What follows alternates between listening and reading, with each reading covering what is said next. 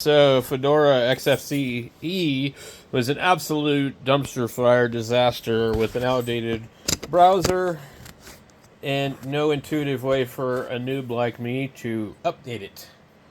So we're gonna go with this one here. I don't even know what's on this one. I can't remember. It's just Ubuntu.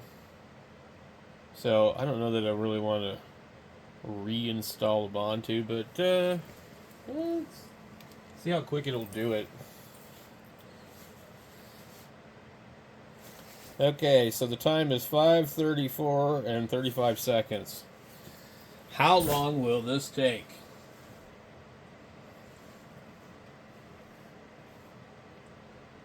Apparently, might not even start. In the meantime, I'm flashing Zorn OS to the other drive, which apparently has the embedded Fedora XFCE on the drive now. It took over the drive and changed the name, and it doesn't look like I'm going to be able to manually remove it easily. So we're at about 1 minute in on this. About 1 minute in. Now, Ubuntu has a bunch of things I really do like about it. It's probably the best choice for most people. So, 1 minute in, basically. I think we're still waiting for something else to pop up. Yeah. So, about, I don't know. Okay, so it's still preparing. But, like, literally, we're still under 2 minutes. Okay, so about a minute and a half. So that wasn't bad at all. And then, let's see. You definitely doesn't always work on here when you do this, but for some reason it likes to do this. I don't know if it's because this is an older copy on this thumb drive, but now what's interesting about Ubuntu is they say that their flagship one is not this one. It's another one called like Budgie or something. So we'll click this up over here now, and it will start all over again. It just wants to download that update and it's caching it somewhere.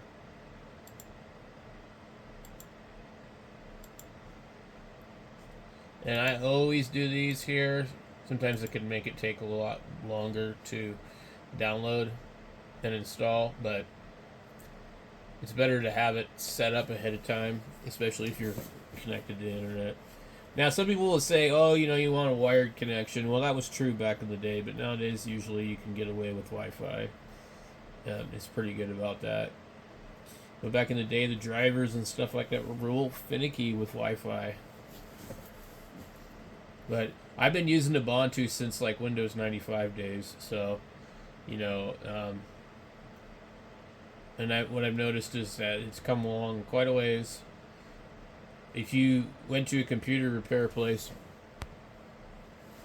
back in 2004, 2005, and you mentioned something about Linux, they would say it was a toy.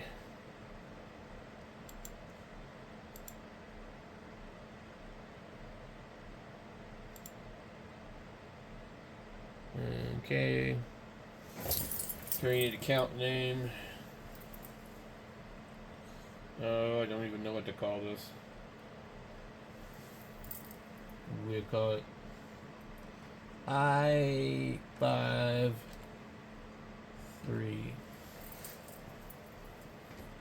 That works for me. Okay, now what you can do here with this is you can require your password to log on, or you can not require it, which means that you can do most things without a password, which is the way I prefer it, because, like, what if my kids want to use this computer?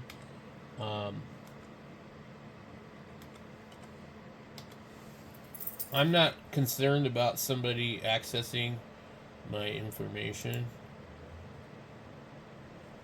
They don't like my password.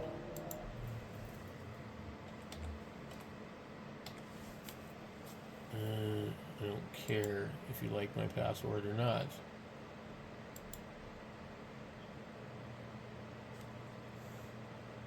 Interesting. Do I really have to put a name on my computer? I don't know. You indeed do have to name the computer.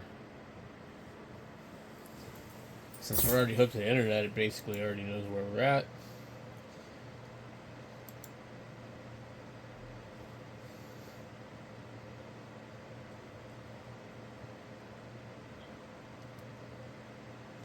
So this could take a while. Well, how far are we at? We're at about 6 minutes, and that was, you know, probably could have got through it a little quicker. Could have been just like bam, bam, bam, bam, bam, and not paused so long. And actually, we're not even at 6 minutes quite yet. We a couple more seconds. So 6 minutes to load it and start installing it. And we could have skipped a bunch of things, so it could have been already further. I will imagine it's probably going to take us maybe another 5 or 10 minutes. So I will let you know what the time is when we get done. And also, like the whole time that this has been happening, I'm working on Rufus to make a boot disk for Zorn. And he's still only at 50%, so I think about that actually says quite a bit right there. Let me get these radios out of the picture here. The camera seems to be like pumping, meaning that it's trying to focus. It's looking at radios. And for some reason, that's just a problem. I don't know.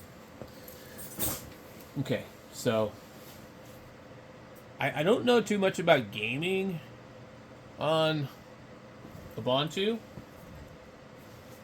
Ubuntu supports the latest NVIDIA and Mesa drivers to improve performance and compatibility. Thousands of Windows titles play great on Ubuntu via applications like Steam with no additional configuration. I don't know too much about Steam, but I thought like it was like another goofy ass account that you end up having to have to pay for a subscription and all that. And it was like, what was that game called, like Afterlife or something, or Half-Life, where all the Steam games they came out with.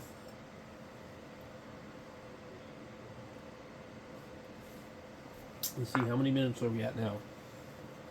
We are at 8 minutes.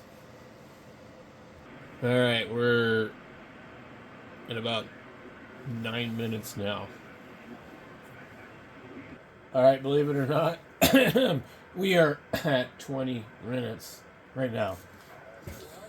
So, I don't know what went wrong, but it does seem to be not working. Alright, so that was like 24 minutes. Good Lord. Alright.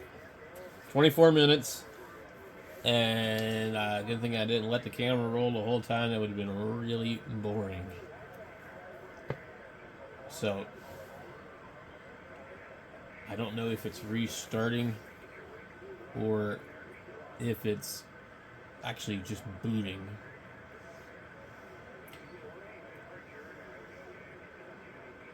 This could potentially take a while.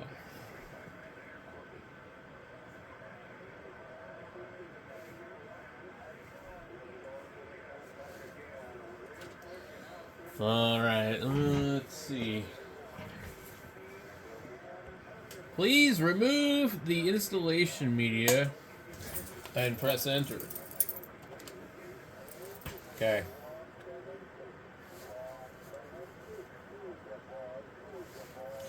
Let's see how long it takes. Okay.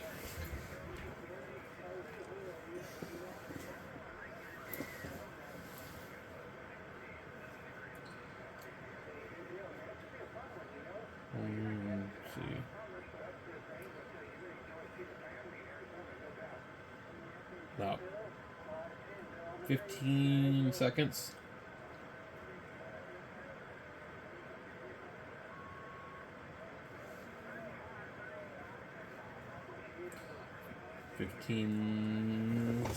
Let's see here.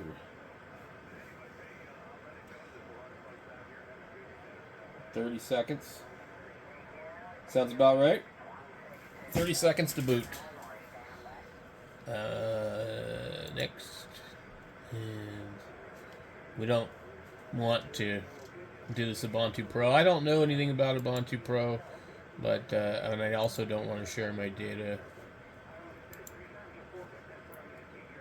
And get started with the apps. So like this is what makes this thing like super easy for new people. You can come in here and see all these apps. You can search these apps, the featured apps. You can click it by productivity. I mean, it's all like pretty good. Games. You got DOSBox. You got a bunch of other things. RetroArch, which I have not figured out how to use on here, but I understand what it does. You do some pretty crazy stuff. So, you get emulators. Let's go in here and see what we have. Discover more. N64. Alright.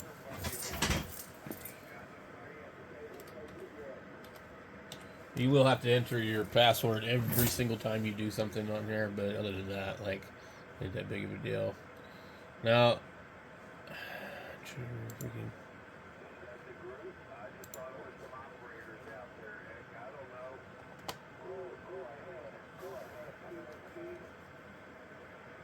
can we back out of this page? Yeah, there's a little arrow right here. Okay, so now we could go PlayStation Portable Emulator. Poor, it says. And you can read the reviews on it before you download it. Here's a Game Boy Advance one.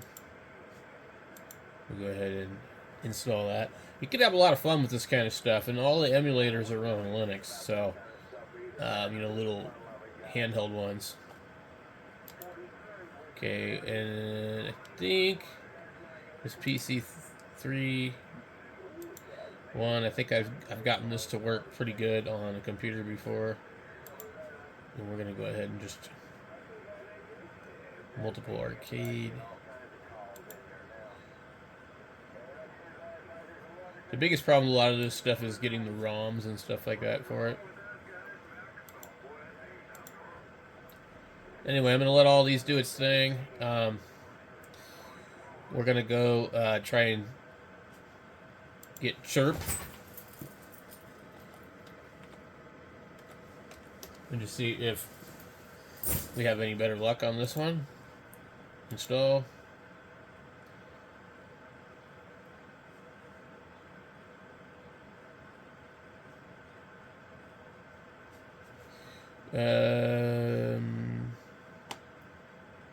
To give Chirp access to your USB to serial adapter, open a terminal and run this right here.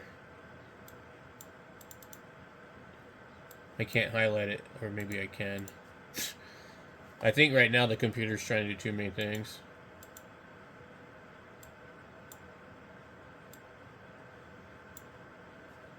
Most likely.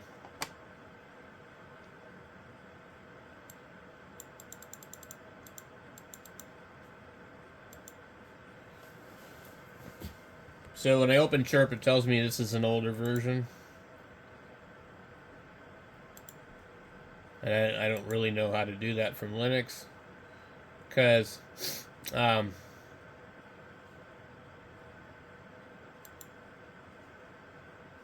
here's an ad. Isn't it great? We have to wait for this ad. It sucks. So first thing you're going to want to do is get ad blockers. Because you're going to be seeing all kinds of damn ads. If you don't. Hey, look, it's got an updated web browser. Oh my goodness. Like, not like that last version of Fedora crap. So I got Ghostery. I found that one works pretty good. And then I'm going to go ad blocker. This one is supposed to block ads on YouTube, but not mess with the creator stuff. I don't know how it could possibly do that, but that's what it claims. Ad blocker ultimate is a must-have. I'm sure there's other ones that work just fine too. With this one, if I have something that I specifically want to target, like some of the stuff on QRZ, it's really easy to get rid of it. Okay, chirp. Download chirp for your platform. It seems to be hanging. Come on.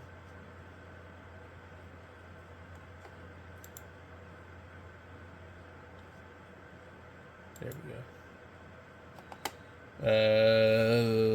Blah, blah, blah, blah, blah.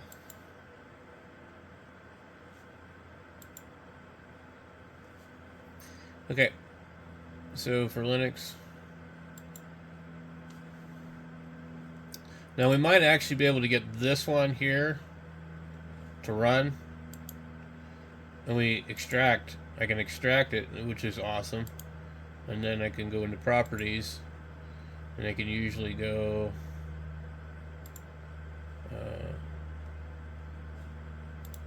Let's see.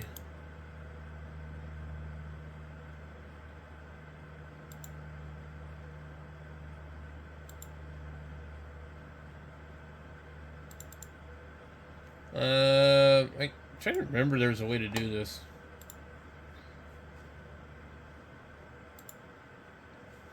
So we also need to go into the terminal and do this other thing they were talking about. I don't know why it won't let me copy that. Sudo snap connect. I'm gonna have to come in here and do that. Okay. Let's see. We're gonna type in sudo snap connect. Sudo snap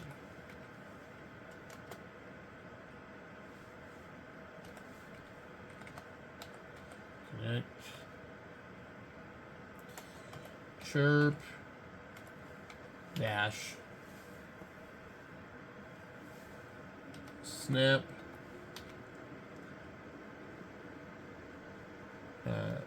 colon raw dash USB. Okay, I think that's it. And it just wants the password now. Okay, looks like it worked. Okay, let's get our radio out. Radio's right here. We're gonna plug it in. Now we're not using the latest version of Chirp because I haven't figured out how to do that yet. Another thing that's really nice here is how you can get to the apps really quick. Download from the radio. It's probably going to be the one that shows up, the only one that says USB. Vendor. We're going to do Radodity.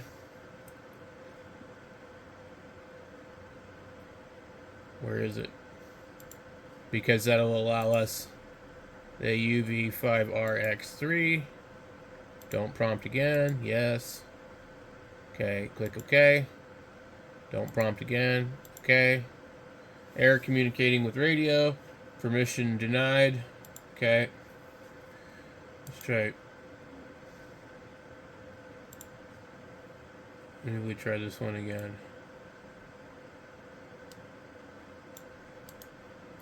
Copy. Paste. Alright.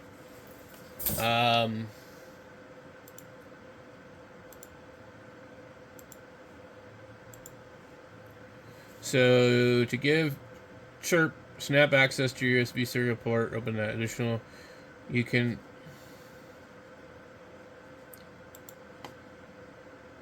add an alias for chirp by running. You can then start chirp by running snap chirp. If an icon is not appearing in the application menu, something or other. Is that it? Alright, well, we try it again, see what happens. Where did it go? Okay. Download from radio. We'll do this instead. We'll do help me. Unplug your cable if need be. Click OK. Plug your cable back in. Okay. Click OK. The cable appears to be USB serial port. Blah, blah, blah. Okay. Click OK. Permission is denied. Alright.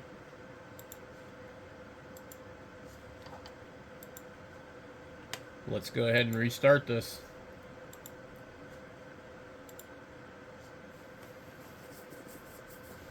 See, this is seriously a pain in the butt, you know?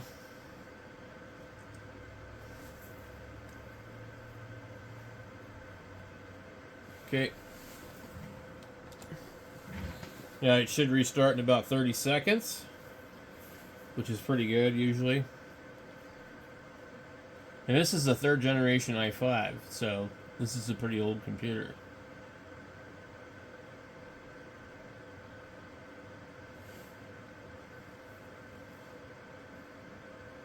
"30 seconds. Alright. Let's check for updates also. There's any number of things that could cause a bunch of weird problems. Okay.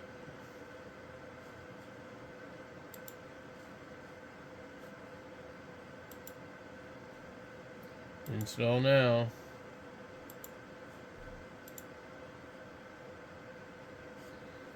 Okay. Enter your password again and again and again.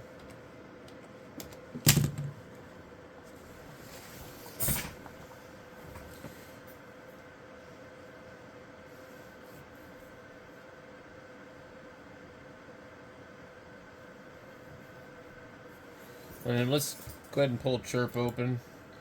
So they've moved everything around. I'm wondering why it moved it like that. Alright.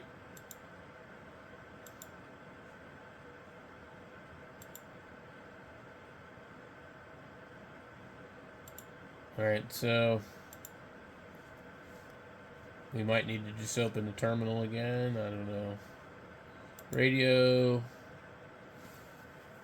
Help. Developer mode. Yes. Okay.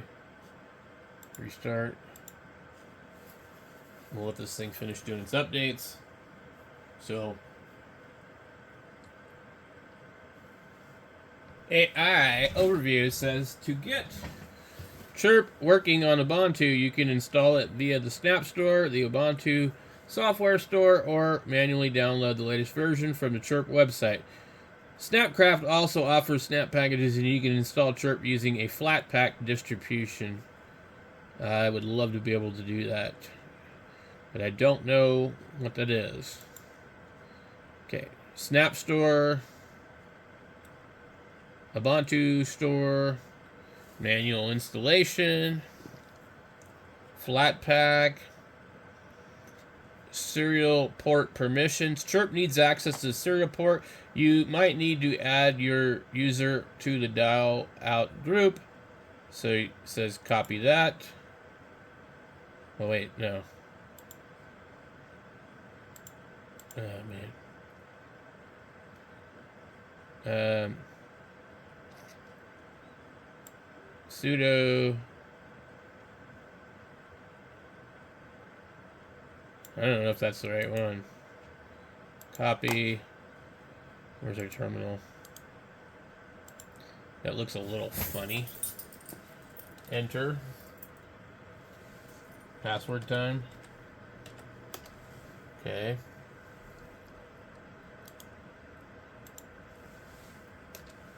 Alright. Didn't look like it did anything. Access denied.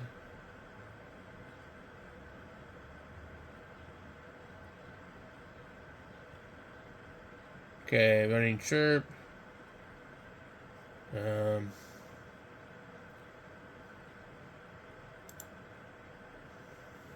Snapcraft. What is this? Interesting.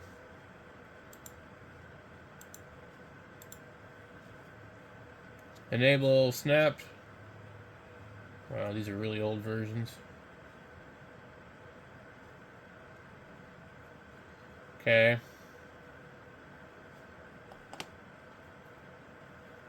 And then what?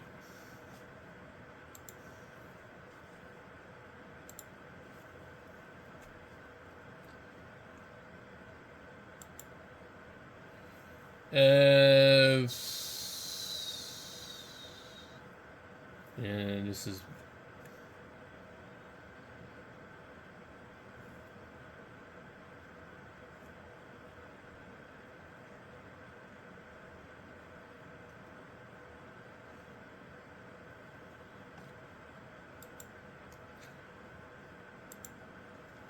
all right. According to blah blah blah, you need to run the following and install from the sources. However, these steps didn't work for me. I downloaded the application using blah blah blah. Then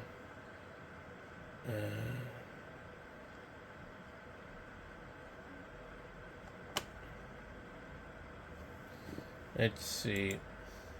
But really, we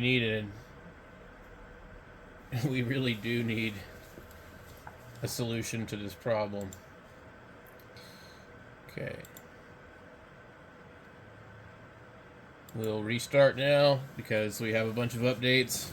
I seriously doubt that that's going to solve the problem, but we'll see. Alright, we're back. Alright, let's get back in here. Let's try it now. It'd be nice if this would just magically work.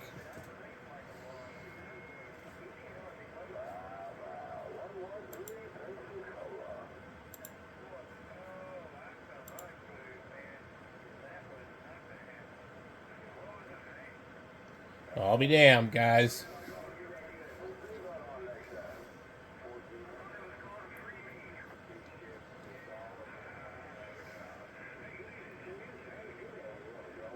Now, see, most people wouldn't just jump in and immediately try and install. See, this radio only has MERS. But most people wouldn't just jump in and try and install Chirp without the Linux updating itself. And in their defense, this stick was probably created last year, so it's not up to date. So this will be the first time that I could recall that I've ever been able to do this. So let's see if the usual things work on here. We got the radio. Okay, I want to go in here and save this file. Save as. We're just going to go...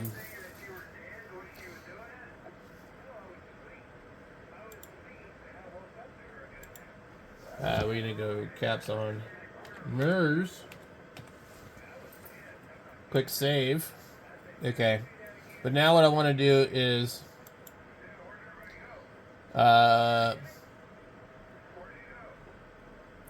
import, export, load module, view. Okay, query from source. So I want repeater book. Okay, I'm going to look up Arizona. I'm going to go only certain bands. I only want 2 meters. Click OK. Only certain modes. I only want FM.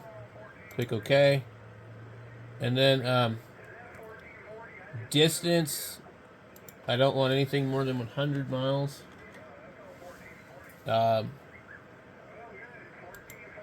Filter. You should be able to filter.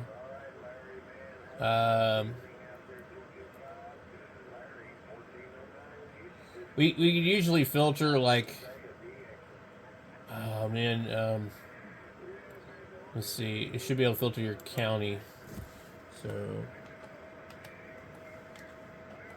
let's just see if it works. Okay. It gives me these are all the repeaters within 100 miles of my county.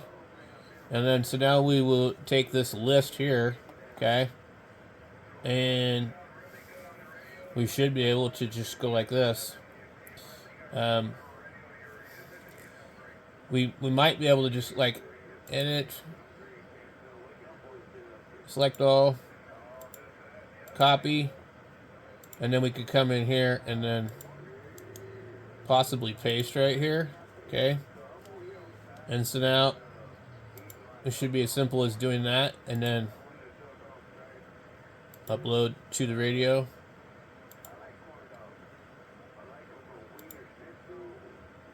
Okay. And it doesn't want to work. Imagine that. But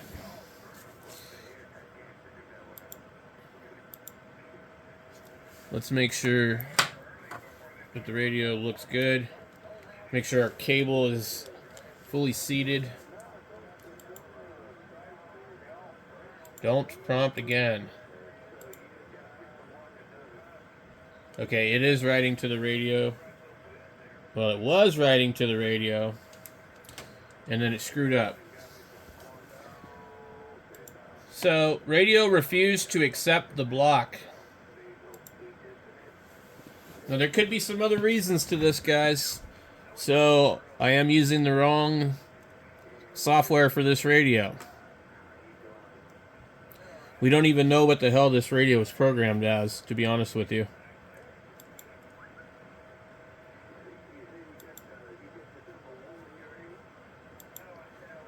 Okay.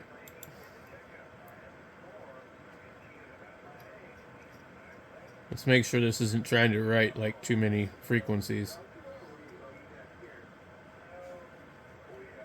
Try one more time. Upload to the radio. Click OK.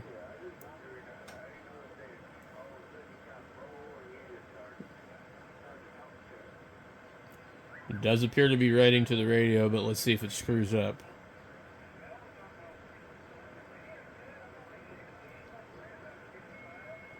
Honestly, don't know what the reason would be why it screws up, but I have had that happen many times in Windows also. Okay. So it looks like I would say we're successful. Let's go ahead and close this out. Yes. Let's open it again after we check our radio. All right. We got channel mode 10113. we're in the wrong. 1014113. 12. Let's just try something. Kerchunk. 13.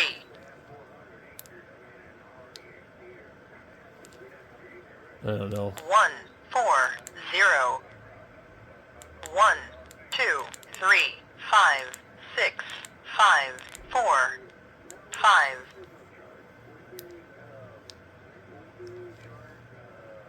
6. The ones that put in here are strange. 7. One of these should Kerchunk. 8.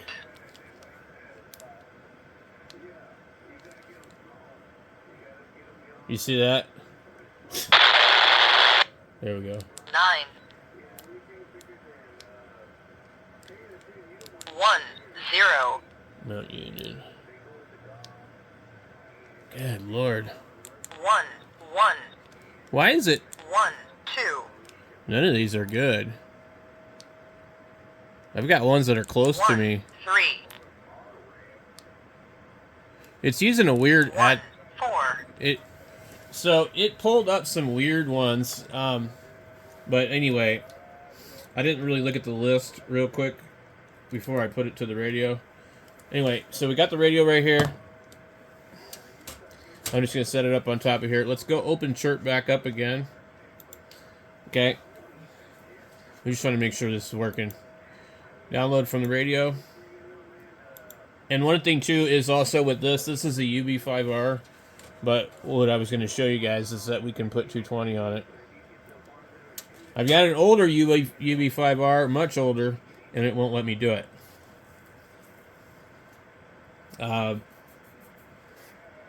I don't know how old this one is. Somebody gave me this one, so there's our radio. Okay, so what we want to do then is query source, repeater book, and then I'm not really sure what's up with the not showing me what I wanted to see. Okay, only certain modes. Click OK. So what it does, if you do it like that, is it shows me all these repeaters in Phoenix, tons and tons and tons of them. And it basically gives me 107 2-meter repeaters. And there's no way in hell do I want 107 things in here. Now, a bunch of these aren't even anywhere near me, but they're in my county. They used to have a way for you to come in here and look it up.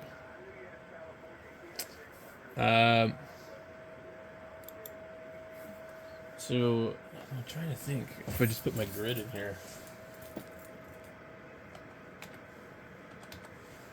I don't know. 2 meters. Let's go 1.25 and 70 centimeters. Click OK. Only certain modes. FM only. Click OK. Open repeaters only.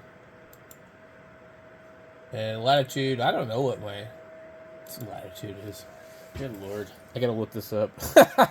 So it's 34 and negative 112 or something like that.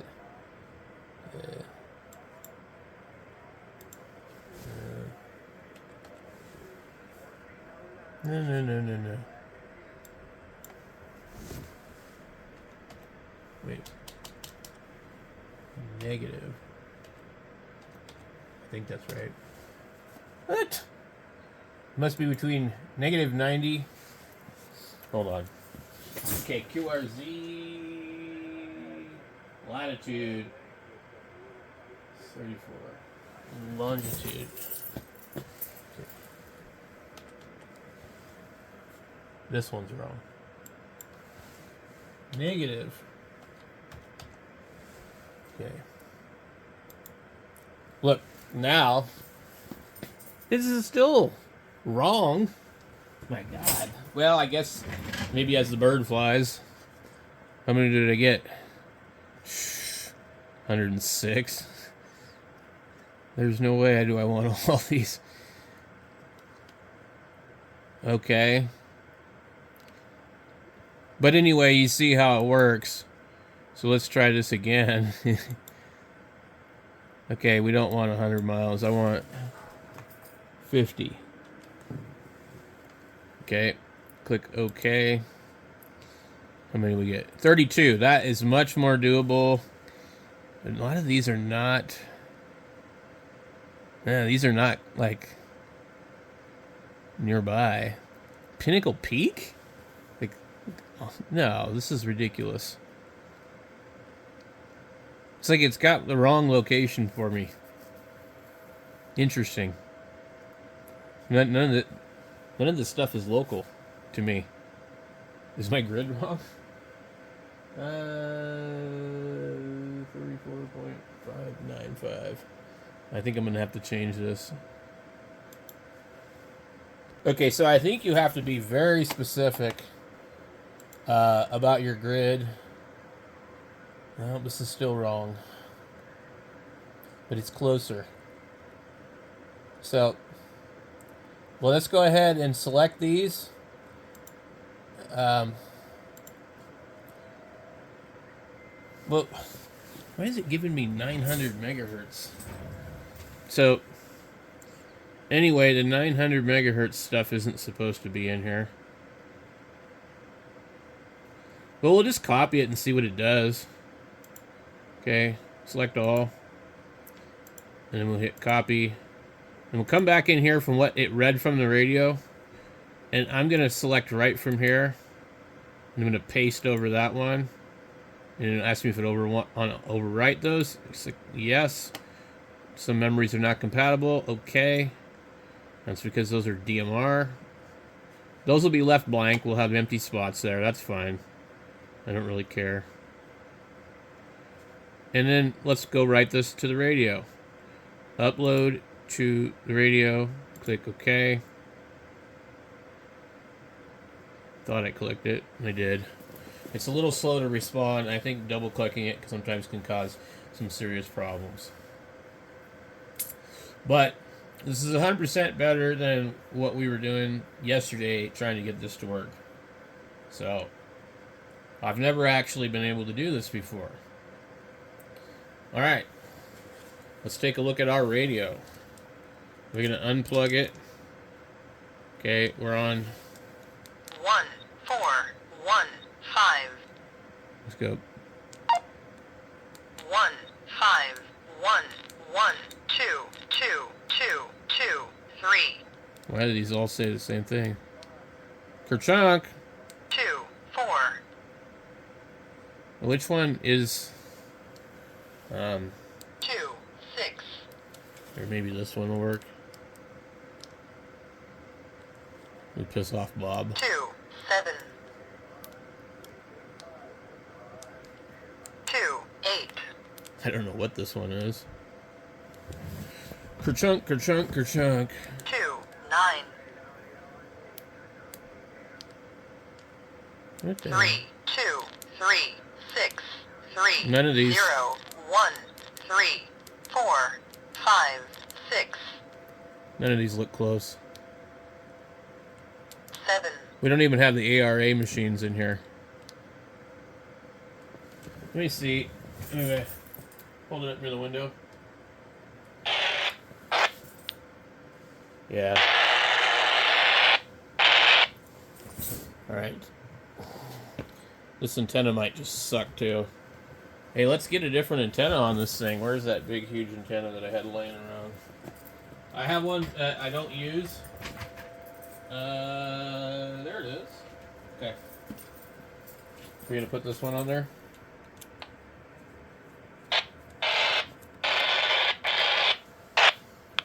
Doesn't quite fit right either. I never noticed that.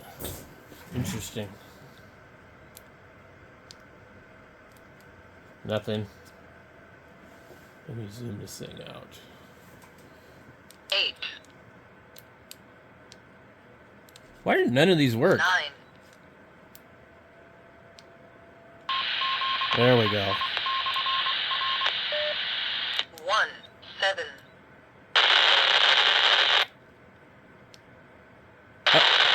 Oh, that's because I'm on the bottom line here. 1 9 I don't know what any of these are. Okay. That one works. 1 0 That one doesn't. 1 1 There's no way I'm going to get into Yarnell. 1 Why is that even on there?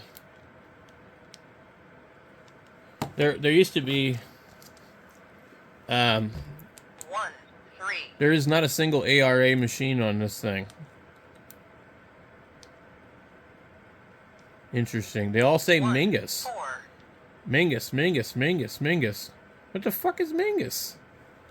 I'm right near Mingus. But I can't get into it. 1 5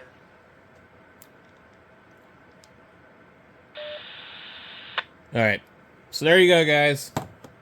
I don't know. It kind of picked some oddball repeaters that aren't really near me for the most part. I didn't get any of the Prescott machines on here or anything. And there's a bunch. So, seems a little strange to me. Maybe they've removed themselves off of there. I don't know. So, anyway, sorry for the long video, but that would be how you get Chirp to work in the most popular version of Linux, which is Ubuntu. I don't think there's a more popular version of Linux out there. I don't think that there's an easier version of Linux out there.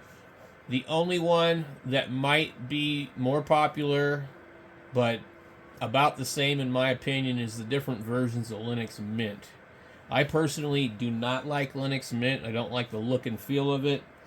And I don't have good luck with it running on older hardware. Thanks for watching, guys.